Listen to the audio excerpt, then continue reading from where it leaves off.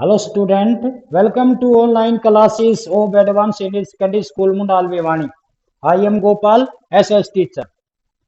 आज हम 9th class का SS में इतिहास का लेसन पहला फ्रांसीसी क्रांति पार्ट 3 दो पार्टों में मैं इस पार्ट के बारे में बता चुका हूं। आज ये लास्ट प्रश्न है, फ्रांसीसी क्रांति कौन सी विरासत छूट गई। एक बड़ा प्रश्न है कि जो फ्रांस के अंदर 1789 में एक महान क्रांति हुई, वह क्या विरासत छोड़ के गई,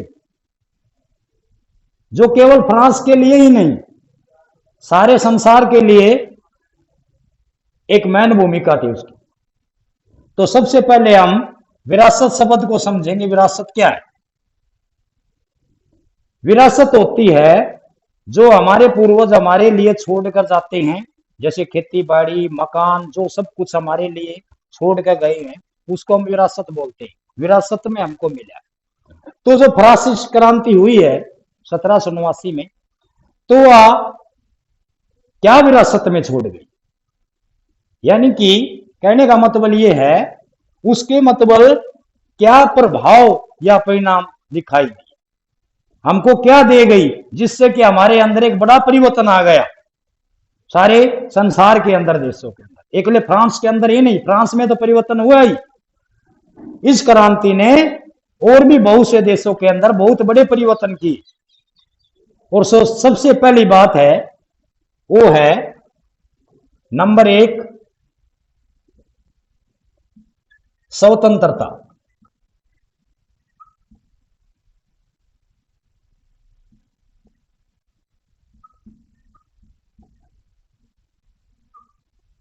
स्वतंत्रता फ्रांसीसी क्रांति के विरासत का पहला जो विरासत हमको मिली वो स्वतंत्रता है। सबसे पहले स्वतंत्रता का हम अर्थ समझ गए। फ्रांस के अंदर लोगों को पता चल गया कि अब स्वतंत्र हैं, क्या क्या हमारी स्वतंत्रताएं हैं। जो राजा है वो देवी अधिकार उसके लोगों ने छोड़ दिए। लोगों ने ये देखा कि हम स्वतंत्र हैं।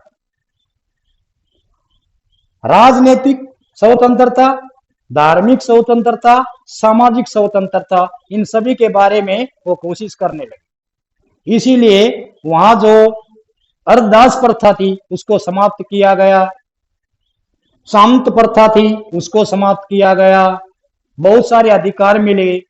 प्रत्येक मनुष्य समझने लगा कि मनुष्य होने के नाते मेरे पास भी कुछ अधिकार हैं जिनका मैं स्वतंत्र रूप से प्रयोग कर सकता हूं। इसलिए स्वतंत्रता से लोगों के अंदर एक साहस उमंग आई, और वे जब भी कोई विरोध होता उनको पता लगा कि हम इसके विरोध के प्रति बोल सकते हैं, यह हमारी स्वतंत्रता है। इसलिए स्वतंत्रता ने बहुत देशों के अंदर लोगों को पता चला और उन्होंने स्वतंत्रता का अर्थ समझा, और उसका अर्थ समझने के बाद अपने आप के अंदर जागृत किया। नंबर 2 है समानता।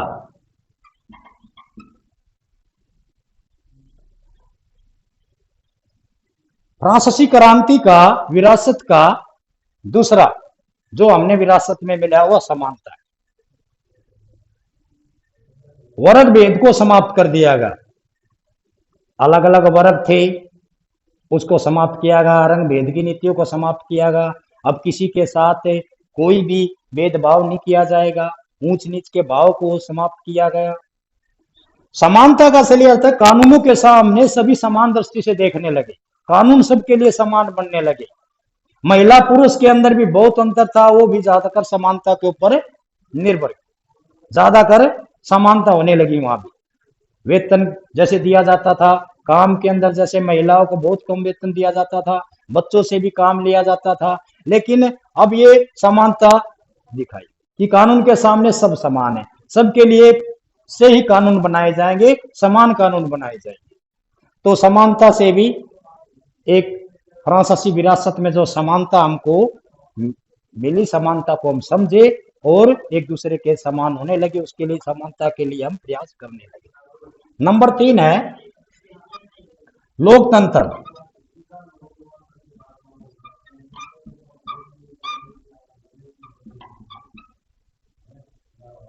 लोकतंत्र की स्थापना कई देशों के अंदर, फ्रांस के अंदर भी जब राजतंत्र को पलट दिया गया, राजशाही को पलट दिया गया, उसके बाद वहां लोकतंत्र की स्थापना की गई। लोगों को समझा गया लोकतंत्र के बारे में, लोगों के लिए, लोगों के द्वारा, लोगों से। लोकतंत्र, लोकतंत्र के अंदर सभी अधिकार मिल जाते हैं। लोगों को पता चल गया कि वास्तविक शक्ति हमारे अंदर है, जनता के अंदर है वास्तविक शक्ति, और जनता जिन प्रतिनिधियों को चुनती है वही सरकार चलाते हैं। तो उनको इस बात का पता चल गया कि जो सत्ता है वो जनता ही देती है और जनता ही ले सकती है, इसलिए वास्तविक शक्ति का जो मूल है वो जनता ही है। शुरू के अंदर यूरोप वालों को पूरी तरह से लोकतंत्र के बारे में समझ नहीं आई, लेकिन बाद के अंदर जब उन्होंने इसके लागू करके देखा, लोगों के अंदर इसकी शांति और लोगों के अंदर इसके अधिकारों की बात देखी, तो उन्होंने पता चला और फिर लोकतंत्र की स्थापना करने लगे। तो लोकतंत्र भी हमने एक फ्रांसीसी विरासत से जो छोड़ गई हमारे लिए, फ्रांसीसी क्रांति विरासत में एक लोकतंत्र तीसरा नंबर है। नंबर 4 है कल्याण।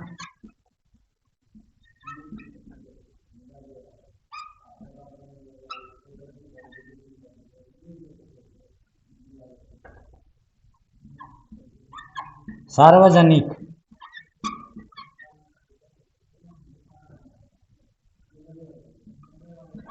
कल्याण,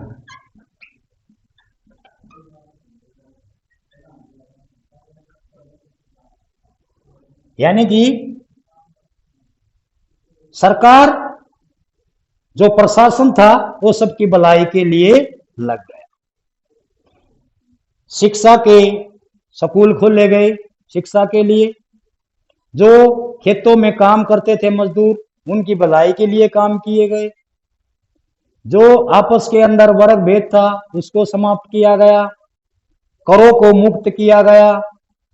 सरकार ने आम लोगों के लिए बहुत से अधिकार देने शुरू कर दिए। तो सरकार ने, प्रशासन ने सार्वजनिक कार्य कल्याण के लिए, भलाई के लिए शुरू कर दिए गए। ये भी फ्रांसीसी क्रांति की एक विरासत हमको मिली। तो पहले मैंने स्वतंत्रता के बारे में बताया, समानता के बारे में बताया, लोकतंत्र के बारे में बताया और सार्वजनिक कल्याण के बारे में बताया। और एक है नंबर 5, तो विरासत के अंदर जो हमको मिले हैं, इनसे बहुत ही अधिकारों का लोगों को पता चला।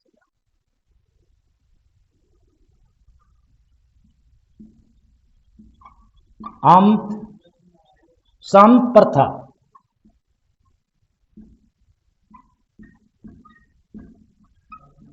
समाप्त।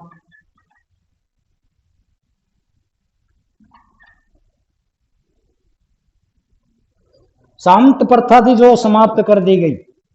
भूमिहीन किसानों को भूमि बांटी गई। जो भूमि पर काम करते थे उनको पूरे अधिकार दिए गए। अब किसी के द्वारा जो किसान काम करने वाले हैं उनको पीड़िया नहीं जाएगा, उनके ऊपर ज्यादा कर नहीं लगाए जाएंगे। इसलिए जो विशेषाधिकार मिले हुए थे वो समाप्त कर दिए गए। निरंकुश शासन राजा का था या निरंकुश कोई भी शासन वो समाप्त कर दिया गया, विशेषाधिकार समाप्त कर दिए गए। अर्धदास जो प्रथा थी वो समाप्त कर दी गई, रंग भेद की नीति समाप्त कर दी गई, वर्गों को समाप्त कर दिया गया। इस प्रकार फ्रांसीसी विरासत सारे संसार के लिए अपनी विरासत के अंदर जो चीजें छोड़ गई, उससे बहुत सारे दुनिया को अधिकार मिले और उन्होंने आगे चलकर अपने विकास किया। ये 3 पार्ट के अंदर फ्रांसीसी क्रांति का जो पार्ट है वो पूरा हो गया है। इसको अपने याद करना, इसके प्रश्न लिखने हैं। थैंक्स।